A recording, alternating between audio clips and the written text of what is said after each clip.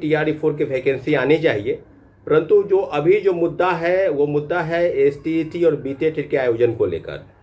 तो जितने भी अभ्यर्थी हैं जो मेरी बातों को सुन रहे हैं, क्योंकि कई अभ्यर्थी हैं जो ये चाहते हैं कि BTET और स्टेट हो, क्योंकि इसके पहले आपको याद होगा कि जो शिक्षा पद पात्रता परीक्षा थी वो कितनी हड़बड़ी में ली गई।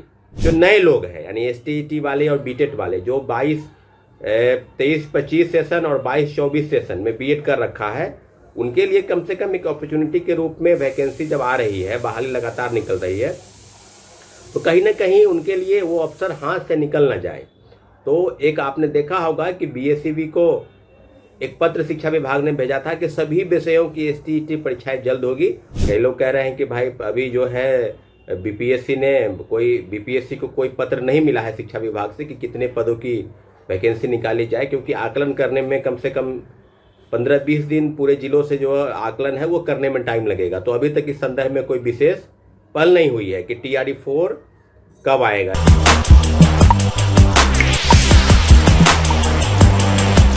हेलो साथियों, नमस्कार, जय हिंद। अभी बात होगी BPSC की TRE-4 परीक्षा के संदर्भ में, और कई लोग जो है उसका विश्लेषण कर रहे हैं अपने अपने तरीके से। TRE-4 के संदर्भ में जो अभी BPSC ने जो कैलेंडर जारी किया है, यानी जो वार्षिक परीक्षा के कैलेंडर जारी किया है, उसमें लगभग 38 परीक्षा का कैलेंडर जारी किया है। उसमें TRE-4 का कहीं जिक्र नहीं है। तो कई जो PT परीक्षा होती है, मेंस या इंटरव्यू, यानी कई लोग कई PT सिर्फ इंटरव्यू या PT मेंस इंटरव्यू या सिर्फ PT और इंटरव्यू, यानी प्रीलिम्स से लेकर इंटरव्यू तक की प्रक्रिया की जो भी परीक्षाएं हैं उसमें सारी परीक्षाओं का उन्होंने जिक्र किया है, लेकिन TRE-4 का जिक्र नहीं किया है। तो लोग ये कह रहे हैं कि क्या बात चुनाव के बाद आएगा TRE-4। कई लोग कह रहे हैं कि भाई अभी जो है BPSC को कोई पत्र नहीं मिला है शिक्षा विभाग से कि कितने पदों की वैकेंसी निकाली जाए, क्योंकि आकलन करने में कम से कम 15-20 दिन पूरे जिलों से जो आकलन है वो करने में टाइम लगेगा। तो अभी तक इस संदर्भ में कोई विशेष पहल नहीं हुई है कि TRE-4 कब आएगा। लेकिन मुख्यमंत्री जी ने जिस प्रकार से कहा है और शिक्षा विभाग ने इसकी तत्परता दिखाई है, तो मुझे लगता है कि TRE-4 की वैकेंसी आनी चाहिए, परंतु जो अभी जो मुद्दा है वो मुद्दा है STET और BTET के आयोजन को लेकर।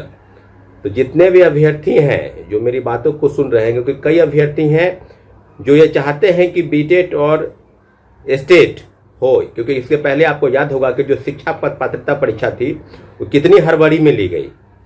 पहला जो TRE-1 के फेज के बाद किस तरह की चीज़ें हुई, और जिस दिन अंतिम तारीख थी फॉर्म अप्लाई करने की, उसके अगले ही दिन यानी नेक्स्ट डे ही डमी एडमिट कार्ड जारी किया गया था। तो साथियों, अब जो बात है कि जब परीक्षाएं हो रही है और लगातार वैकेंसी आ रही है, लेकिन 2-3 मुद्दे को लेकर जब 3 ही बार, अब सरकार ने कहा कि आप 5 बार इस परीक्षा में बैठ सकते हैं, लेकिन जो कानूनी जो कागजी रूप है उसमें कहीं ना कहीं 3 बार ही बैठने की बाध्यता है।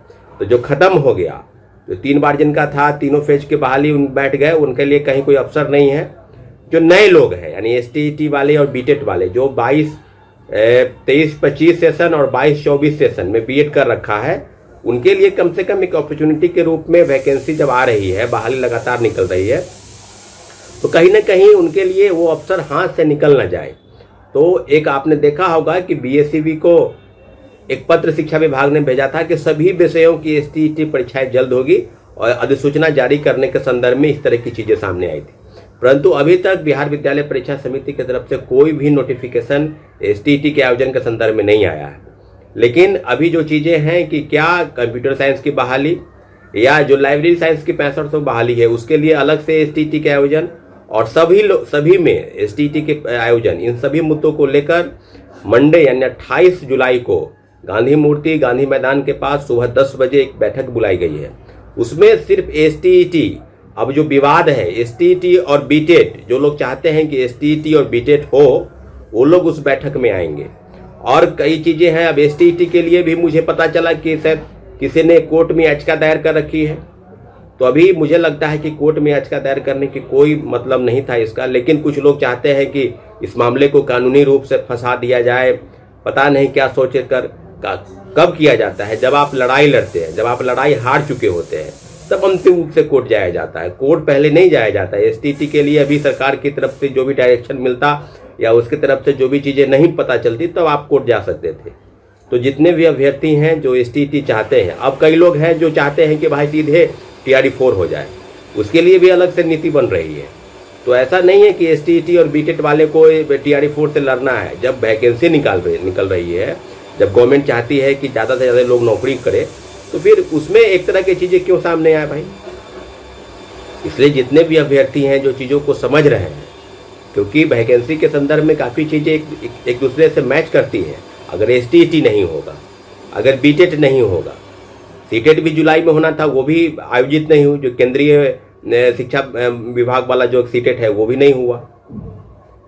तो अभ्यर्थियों के मन में एक सवाल है और लगातार लोग चाह रहे हैं कि STET और BTET वाले में जो अभ्यर्थी आएंगे मीटिंग में, तो सभी लोगों से आग्रह है कि मीटिंग में आए और मीटिंग में अपने STET के आयोजन के संदर्भ में जो भी है बैनर, पोस्टर, तख्ती वो लिख कर लेते आए। बैठक में आएंगे और सभी लोग निश्चित रूप से हम लोग वहाँ से बिहार विद्यालय परीक्षा समिति जाएंगे, चेयरमैन से मुलाकात करेंगे जो आनंद किशोर हैं, उनसे मुलाकात करेंगे, क्योंकि STET के आयोजन बिल्कुल होनी चाहिए। इसलिए जितने भी अभ्यर्थी हैं उस बात को बांध ले, क्योंकि 10 बजे गांधी मूर्ति गांधी मैदान के पास 28 जुलाई को एक बैठक है STET और BTET वाले के लिए। और TRE-4 से कोई लड़ाई नहीं है। TRE-4 के जो अभ्यर्थी हैं जिन्होंने STET, CTET, BTET सब कर रखा है, उनके लिए लगता है कि सीधे वैकेंसी आ जाए, तो ऐसी कोई विषय नहीं, वस्तु नहीं है कि आपसे विवाद को विवाद में पड़ना। इसलिए जो चाहते हैं कि STET का आयोजन हो, उसके लिए मीटिंग बुलाई गई। इसलिए साथियों से आग्रह है कि इस मीटिंग में आप आएँ, क्योंकि आप जब आएंगे संख्या के दम पर हम अपने बातों को आगे तक बढ़ाएंगे। साथियों बहुत बहुत धन्यवाद। जय हिंद।